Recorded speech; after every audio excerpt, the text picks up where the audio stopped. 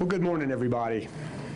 As you know, North Carolina's legislature has been working on a statewide budget for many months, and now it is expected to be on my desk by the end of the week.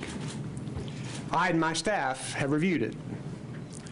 I will sign this budget because, on balance, the good outweighs the bad. It moves North Carolina forward in important ways, many that are critical to our state's progress as we're emerging from this pandemic. And while I believe that it is a budget of some missed opportunities and misguided policy, it's also a budget that we desperately need at this unique time in the history of our state. North Carolina has been without a comprehensive budget for almost 3 years.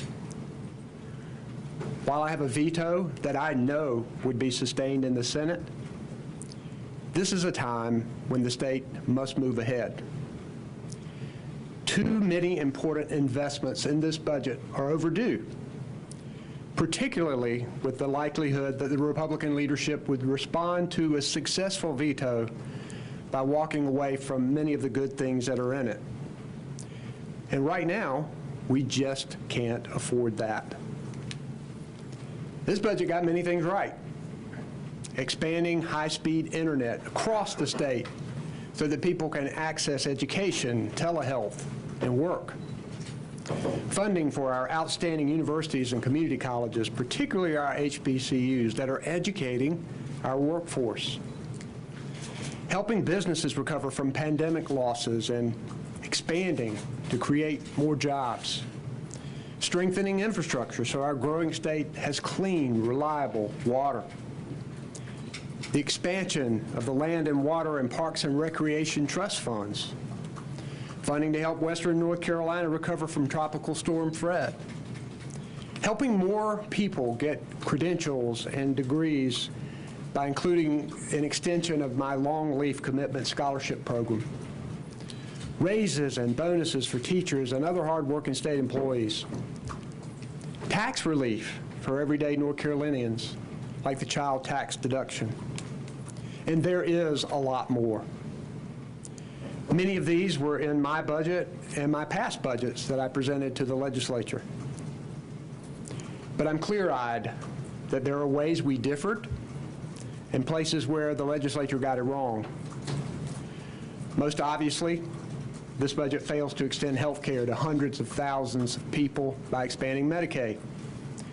While a study is some progress, real action remains painfully overdue, and I'll keep fighting for it. And at the same time, the legislature directs future tax breaks more toward corporations and the wealthy rather than the middle class and lower income people. This budget also makes unnecessary and politically motivated missteps that I believe should and will be overturned in courts. By signing this budget, I want to make it clear that I do not consent to the constitutionality of these provisions. However, there are critical funding opportunities in this budget that we must seize now in this extraordinary time. Many of those opportunities would evaporate if I would veto the budget and Republicans simply left Raleigh rather than re-entering negotiations. My veto, supported by legislative Democrats, has been an important and successful tool in making North Carolina a better place for people to live and work. I'll continue to use it when I believe a bill causes more harm than good.